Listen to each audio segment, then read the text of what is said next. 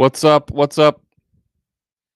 We are live now. We're going live on TikTok and all the platforms, Facebook, YouTube. Thanks for hanging out.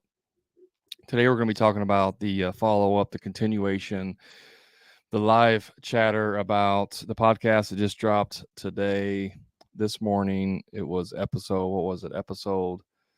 134, Speak Now or Pay Later. The role of communication in business success. So we're going to be talking about speaking now or paying later. What does that mean? Why is it important? We're going to deep dive into how this affects your business on a daily basis, and you may not even be aware of it. So hang on tight, buckle up. It should be a good one. Before we get started, as we're kind of letting people come in, do me a favor. If you can hear me, drop a 1 in the chat. Just lets me know that you can hear me so I don't spend 45 minutes talking and you guys can't even hear me. So if you can hear me either on Facebook or on TikTok, drop a 1 in the chat, and then that'll let me know we can proceed. Thank you on Facebook user. We can proceed, or as Adam Sandler would say, proceed. You may proceed. I can't do the Adam Sandler very good. If you're on TikTok, if you can hear me, drop a 1 in the chat just so I know. Okay, so if you listen to the podcast today, 134, Speak Now or Pay Later, drop a 2 in the chat if you can. If you listen to that, put a 2 in the chat if you listen to that podcast.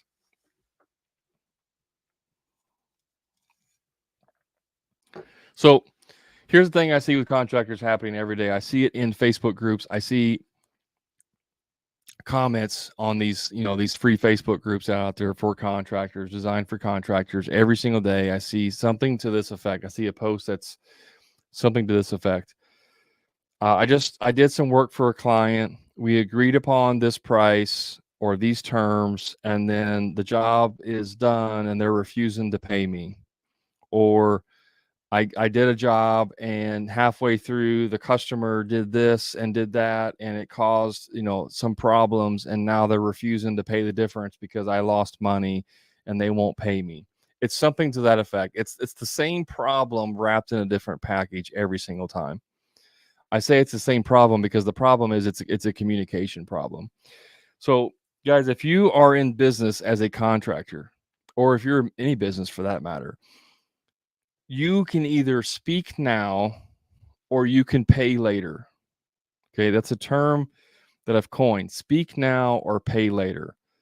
So if you don't effectively communicate with your clients across the board, if you don't effectively communicate with your employees across the board, it doesn't matter, anyone in your life, your doctor, your wife, your husband, your kids, the neighbors, the mailman, when you communicate with someone, you need to use effective communication. And what happens is we make a ton of assumptions.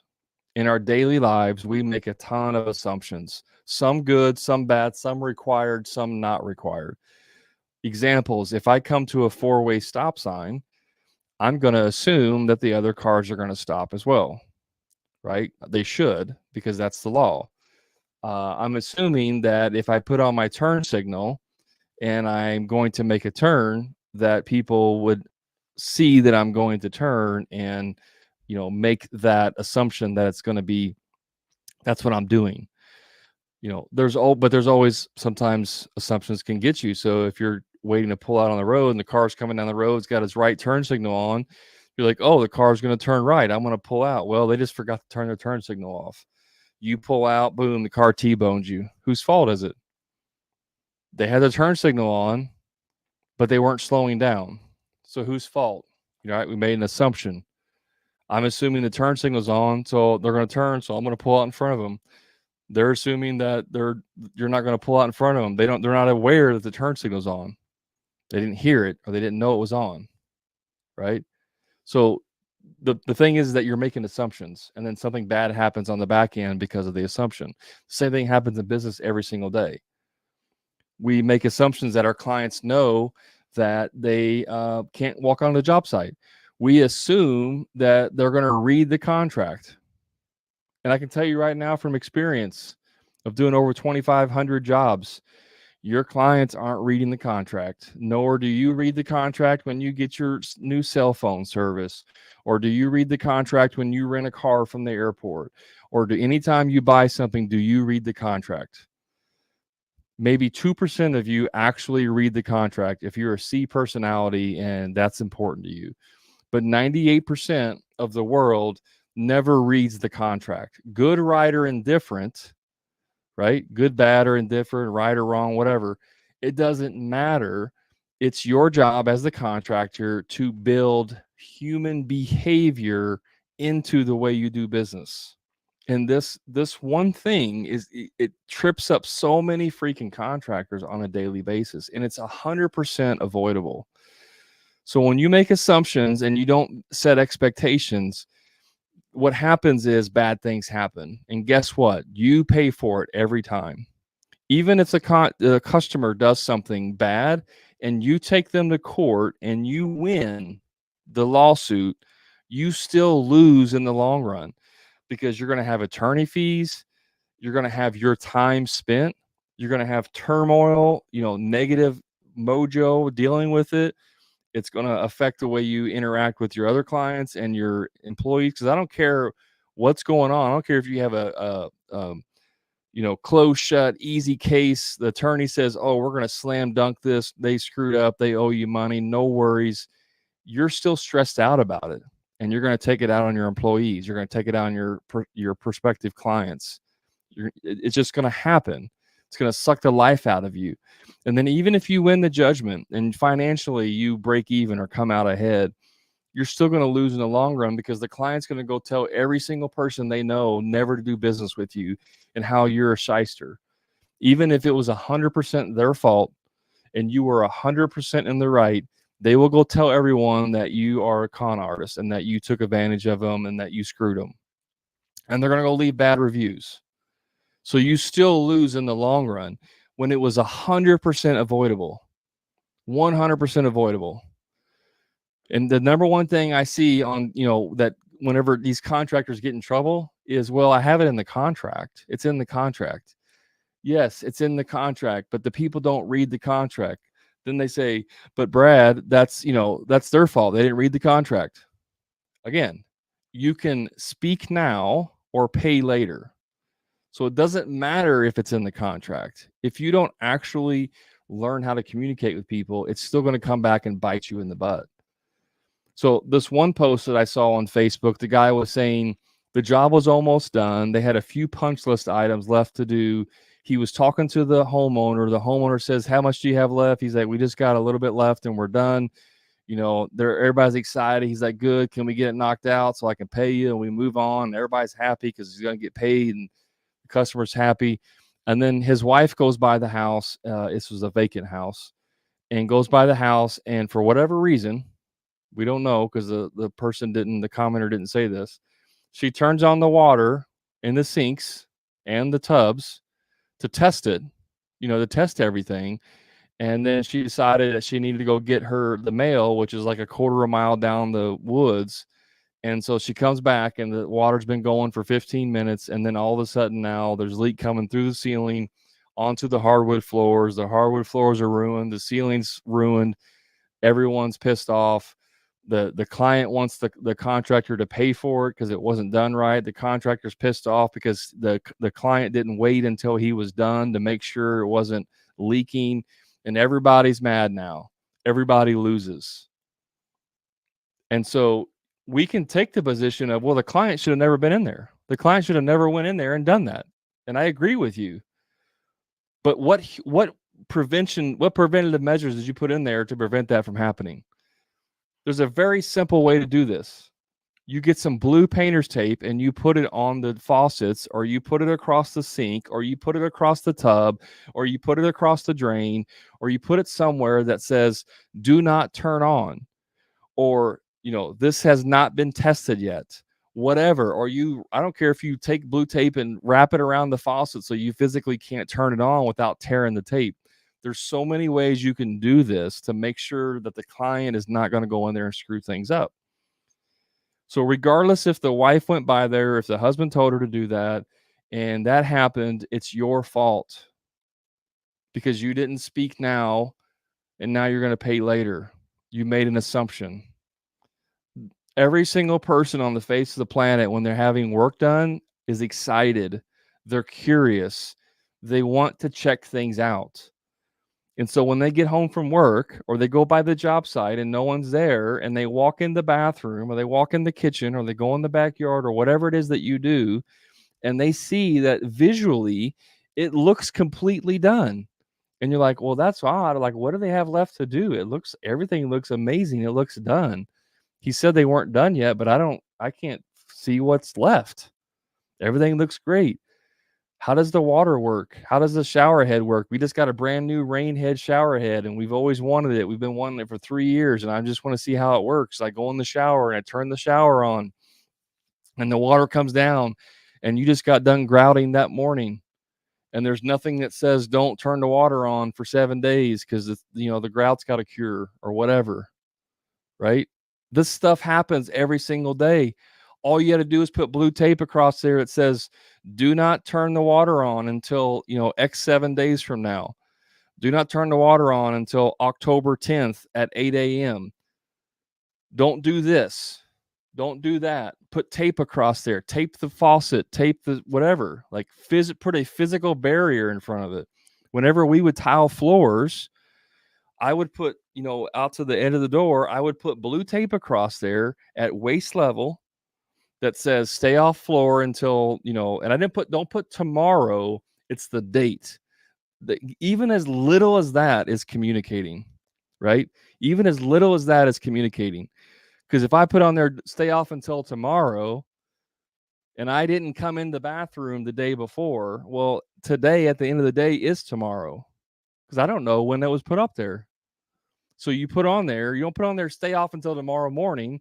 You put stay off of there until 10/3, 8 a.m. Right? And then you put another blue tape by knee height. Why? Because people come in there and they just see the blue tape. They don't read it. They're on their phone. They're walking in the bathroom into the master bedroom. They're on their phone and they're talking to somebody. It's like, yeah. And they're walking up and out of the peripheral, they see blue tape waist high. They don't think anything of it. They do one of these numbers, right? And now they're on the tile. Well, Brad, I put blue tape across there and put the date on there. Like you said, it's not enough. So what's the next best thing? You put blue tape at knee level. And then what's even better than that, you take your toolbox or your trash can or something physical and you put it right in front of the doorway. So they physically can't walk into the bathroom unless they have to move everything out of the way. That is how you prevent stupid crap from happening in your business, right? You put all of these extra measures in there to make sure this stuff doesn't happen. But Brad, I texted him on the way home. I texted him and I said, hey, just got done doing the tile. Stay off the floor until tomorrow morning. I mean, I texted him. He didn't listen. He didn't read the text. They stepped on the tile. Who's going to fix it? Guess what? You are. You're fixing it. And if you don't fix it, well, customer, you shouldn't have stepped on the tile. Now you're going to have to pay an extra $500 to fix it. What do you mean? You didn't send me a text. Yeah, I did. I sent you a text. He pulls up his phone. When did you send it? I sent it at 4:30 when we left. He pulls up his phone, shows you from 3 p.m. when you got one text until the rest of the day there's no text. He never got your text. Is it possible that in the entire existence of technology that maybe it doesn't work right? Has anyone never got a text? I have. So what do? You put the blue tape across there. You put the trash can in front of there and you send a text if they're not there. Hey, delay the tile today. Please stay off it until tomorrow morning.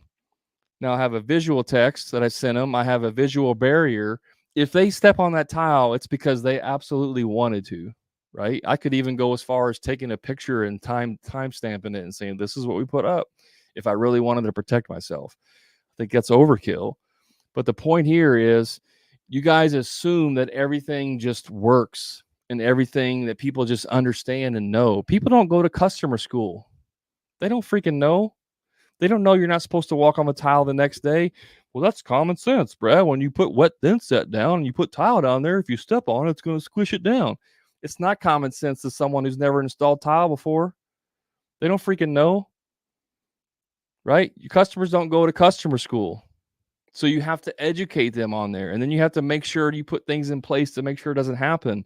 So if I sent a text at 4:30 and I said, hey, stay off the tile until tomorrow morning, please respond and let me know you got this. And if it's 5 o'clock and I haven't heard back from them yet, I may text them again, or I may even call them at that point. Hey, I know you get home about 5:30. Just wanted to make sure you got my text to stay off the tile. Well, no, I just assumed because I texted them that they got it. See, that's where assumptions screw us every single day in everything that we communicate. And it's all 100% preventable. I would even go as far as be silly. And I would say, like, stay off the floor until tomorrow.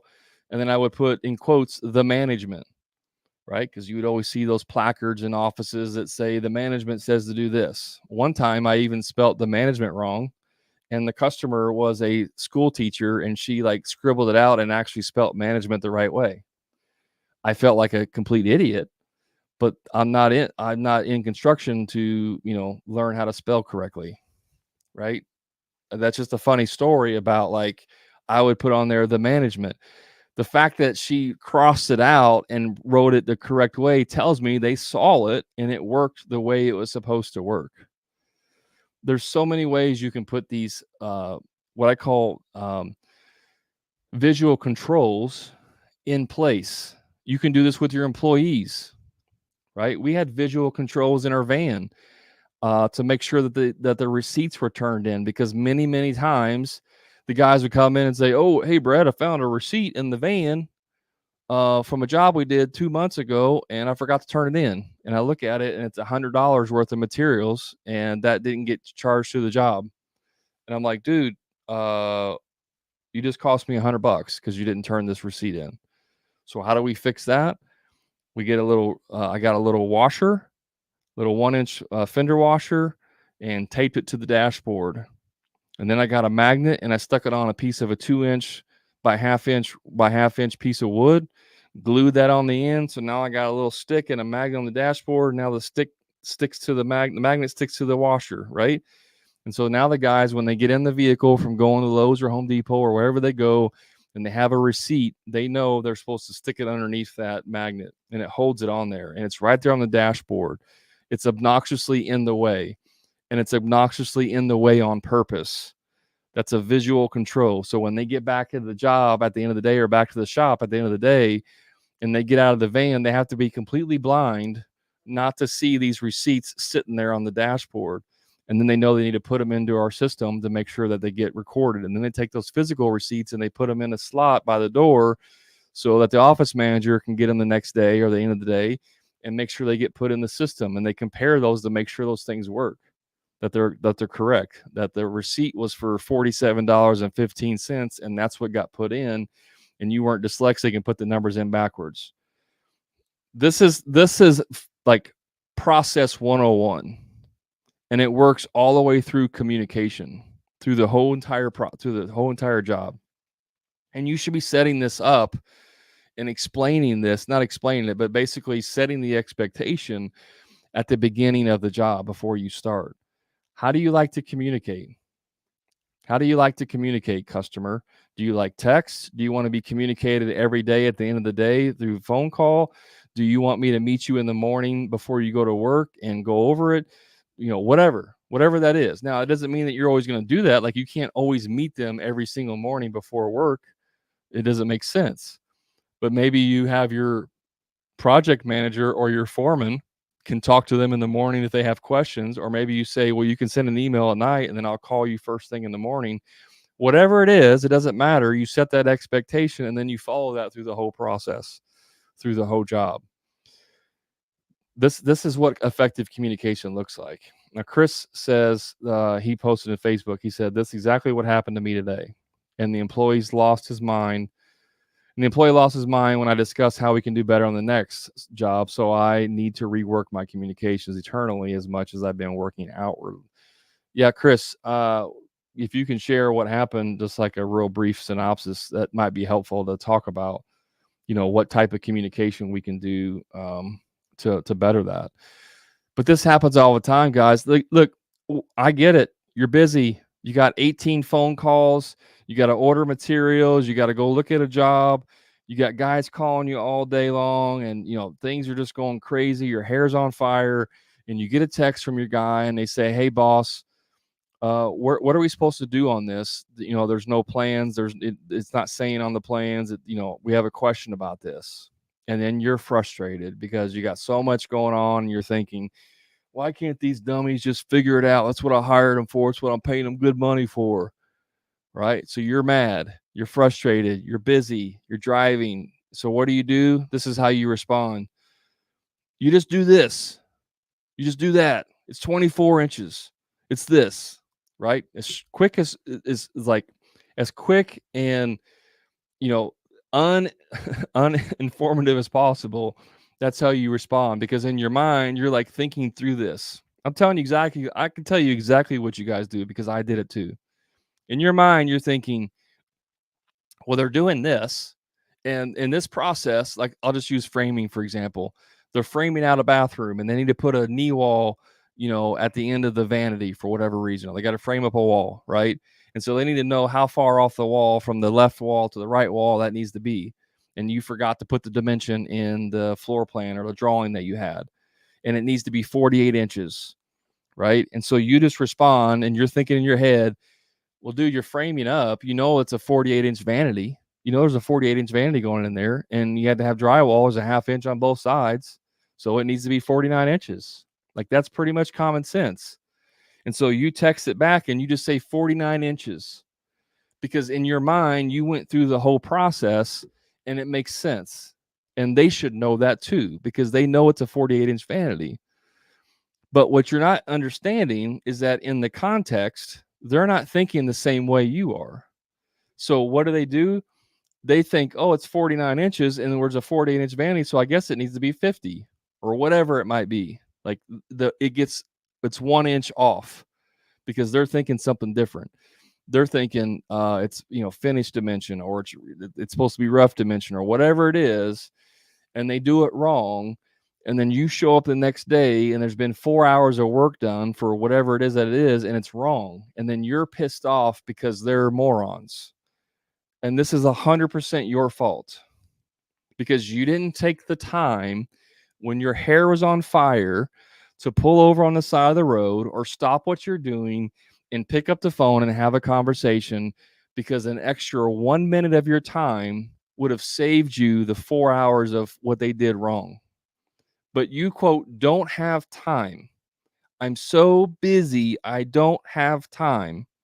And so because you didn't speak now, because you didn't take the time now to make sure the communication was clear and everyone's on the same page, you're now paying for it later through wasted time.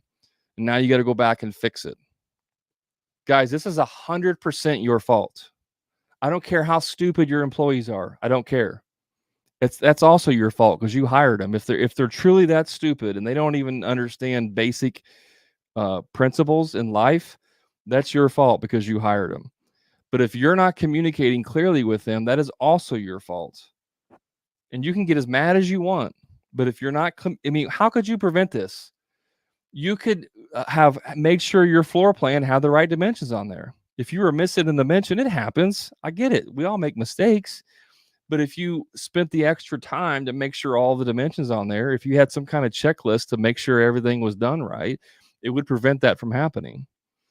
There's so many ways you can put processes in your business to keep this stuff from happening. Yet we sell everything as the guys as we don't have enough time. We're so busy.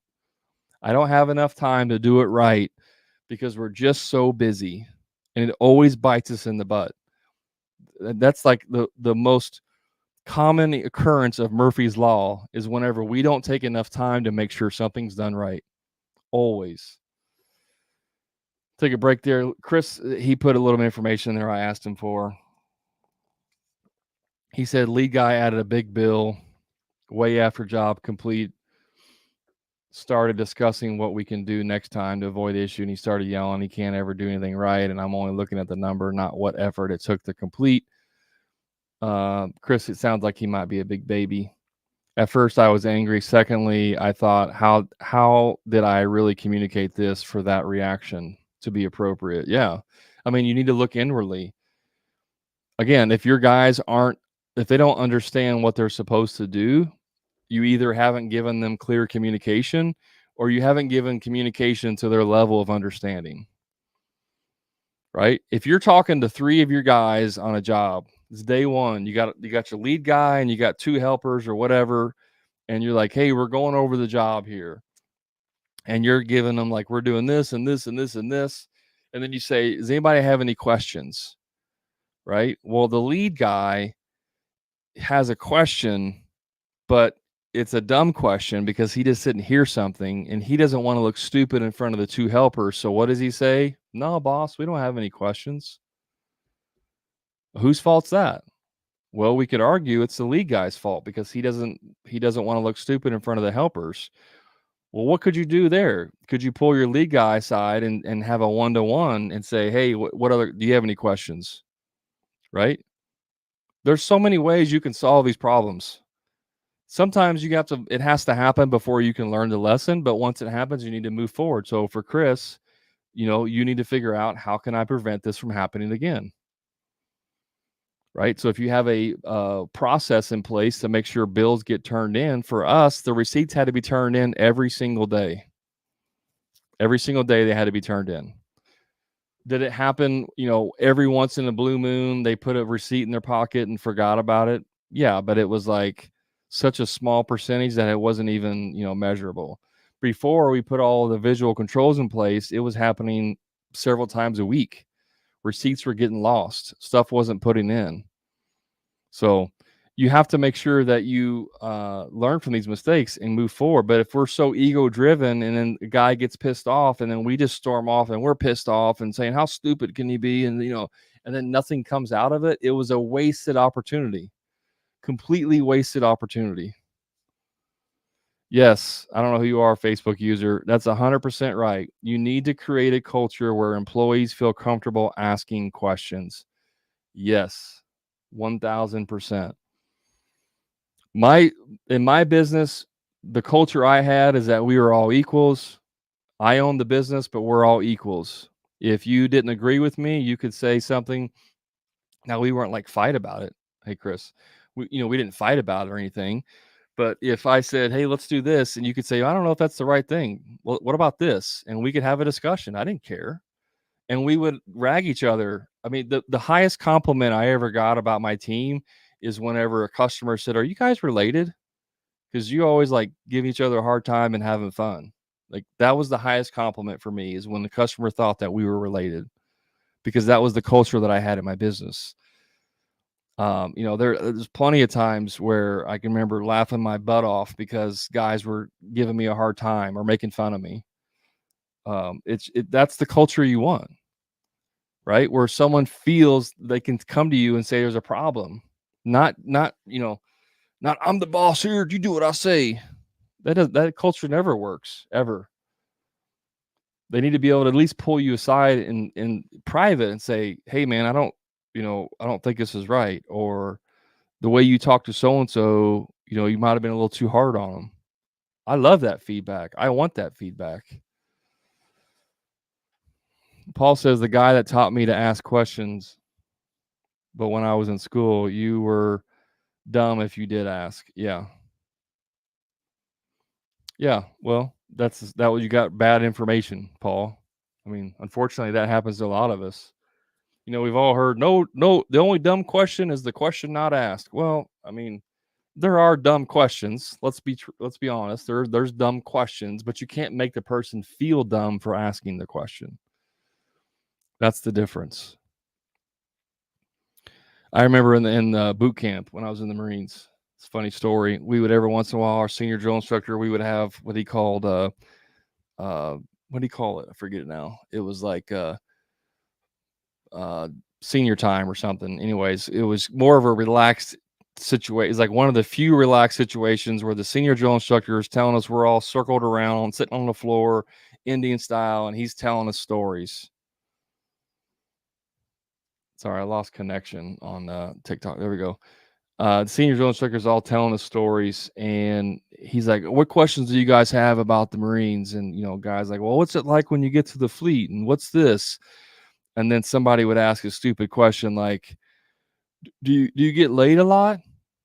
Something like that, and everybody would be like, "Oh my gosh, you effing moron!" And then our senior would be like, "Get out of here!" And then he's pissed off, and now the whole thing's ruined. Like, that's what comes to mind when I hear the dumb question, right? But when you're when you're the boss, even if it's a dumb question, you can't really do that. You have to try not to make them feel dumb. And I've done that. I mean, I've made mistakes doing that. You want the culture where people can ask questions and call out things that are wrong. Any other questions coming in here? Dustin says, "Love your content. Thanks for sharing your knowledge and experience. Appreciate your time." Right on, Dustin. Zarkot gifts. How can you start getting your first contract? That's such a loaded question. So in the terms of asking questions, like, there's a better way to ask questions too.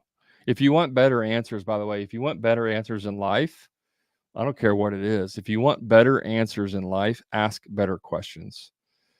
So how do you get your first contract? I have to make a ton of assumptions because I have no idea what you do, and I don't know where you live or where, what it is. So I can't really answer that question because I don't know anything about it.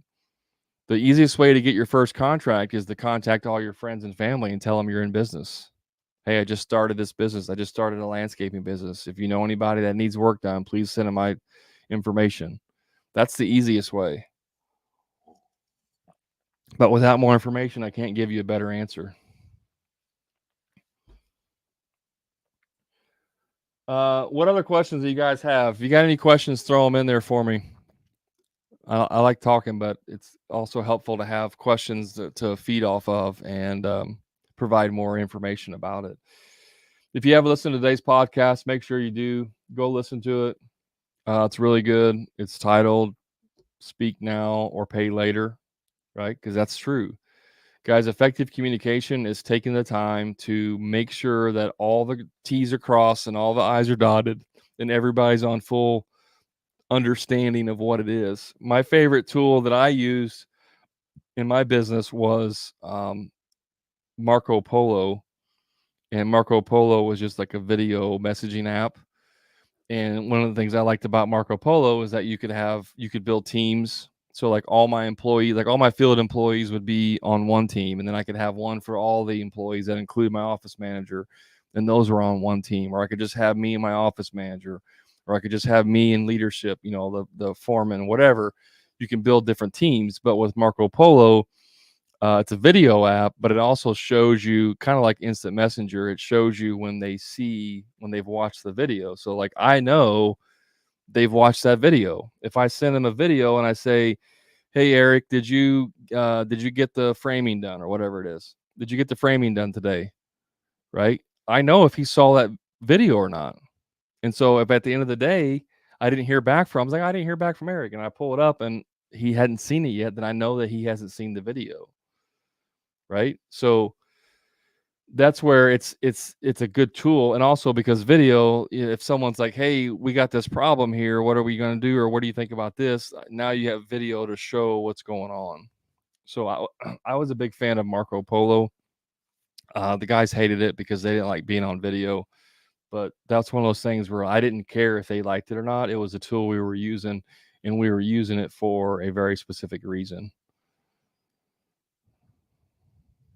Paul says, "You have social media, free advertisements, show your work." Yeah. Then it's word of mouth. Paul, word of mouth is great, but it's not a way to market. It's not a way to grow a business. I get this pushback every single day. You want word of mouth. You do. You definitely want word of mouth, but you can't just solely rely on word of mouth. You need to have a repeatable and scalable and duplicatable marketing process.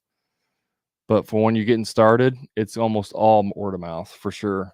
You can call other referral sources, what I call dialing for dollars. You can do that too. You can start networking with realtors, and you can join BNI groups. There's lots of ways to get your name out there. And the second part of that, which I'll talk on, is that, guys, whatever you think it takes to be successful in business, it takes 10 times that amount of effort. Oh, I got you, Paul. Okay. Um, whatever you think it takes to be successful, take that effort that you believe it is and then take it times 10. And that's what it actually takes to be successful. There was a guy in one of the Facebook groups. He was struggling to find marketing. Hey guys, how do you find marketing? How do you get leads? And I said, hey, shoot me a message and I'll help you out.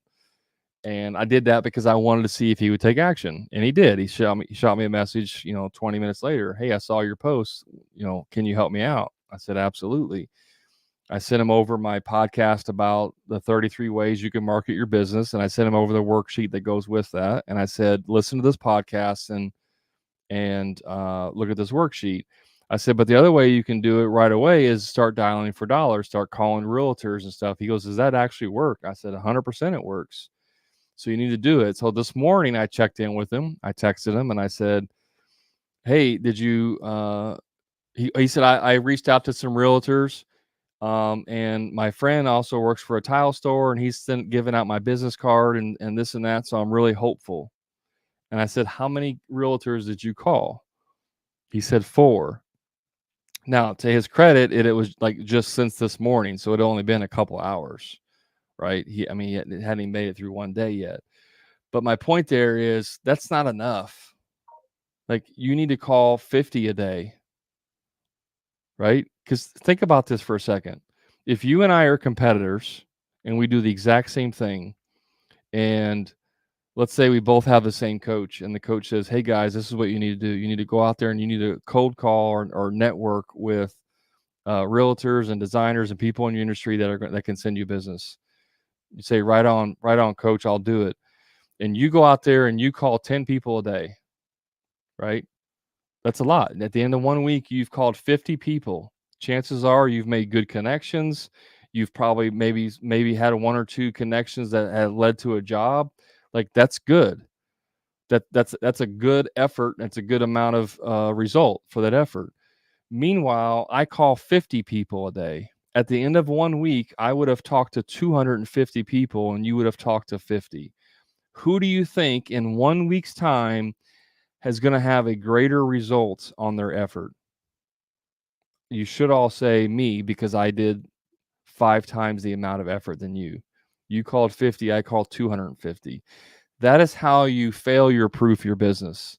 Because if you've talked to 250 people, I guarantee you, I can almost guarantee you, I'd almost bet you money, unless you don't even know how to use coherent sentences, that you've connected with someone, you've made some relationships, and you've possibly sold a few jobs out of it, or at least gotten leads out of it. That's what massive action looks like, guys. It's not, oh, I'll call a couple a day and then see what happens. No, it's you freaking max out. Ed Milet has his coin phrase is max out every day, right? You max out. You can't lose if you call 50 people in one day when everybody else is calling 10. You can't lose. That's what effort looks like. When you're tired and you've been working 12 hours all day and you want to go home and just, open a beer and sit on your recliner and watch the football game or whatever, that's when you have to go to work. That's when you start going to work. That's the effort it takes, at least in the beginning, at least when you're not getting the results you want. It does get easier over time. It does get to the point to where you can start hiring people to do some of this stuff. You can start subbing out things, right? You can hire professionals to do some of these things. But when you don't have the money, then you got to have the time. This is what it takes to be successful, is that level of commitment. And most of the time it's, I don't want to change my lifestyle. I want to stay right where I'm at. I don't want to do anything different. but I want you to give me the magic pill that's going to make my life 10 times easier. It's like the magic pill is working 10 times harder, but it's working on the right thing. It's working on the right thing. Do you guys know if you fly from New York to Los Angeles and you punch in the wrong coordinates and you're just 1 degree off, if you're 1 degree off the coordinates, by the time you get to Los Angeles, you'll be 42 and a half miles off course. So 42 and a half miles away from your target. It doesn't take much in business to go way off course, right? And if you're way off, like 2 or 3 degrees off course, you might end up in Mexico or something. Like you're going to be way off. So this is where having people in your business and your life that can keep you on course is the most beneficial. This is where having accountability or having a business coach who can help you is beneficial. This is the equivalent of an air traffic controller. The air traffic controller has access to all of the weather pattern files, has access to all the other planes that are in the area, it has access to all the airports nearby. So if you have an emergency mid-flight, they can direct you exactly which airport to go to. That's the benefit of having someone in your corner who's helping you navigate, the crazy airways of business. Because again, 1 degree off and you're not going to hit your target. And in life and in business, when you sell that one job that you think is going to make all the payday, it's that one job you're going to make $50,000 profit on. It's the biggest job you ever sold, and it's going to change everything for you. And you didn't have someone to say, wait a minute, did you consider this? Or what about this? Or you probably shouldn't do that because you're not really set up for it. And you do it anyways, and that $50,000 job that you thought was amazing turns into a $50,000 loss, and overnight you're out of business. That can happen. I know it's happened. I have a client who had a big job, multiple 6-figure job. It was the biggest one he ever had in his business, and mid job everything started going south, and it's really turned out bad for him because he thought he had it figured out and he didn't. And now he's in trouble. Not even business, but even personally. Like, this stuff can happen. It doesn't take much. So that's my PSA for you guys, to make sure you have people in your corner, whether it's other contractors or a business coach or therapist, I don't care, that can help you to make sure you're on the right course so that you don't end up 42 and a half degrees or 42 and a half miles off course after you spent all of that time in your business.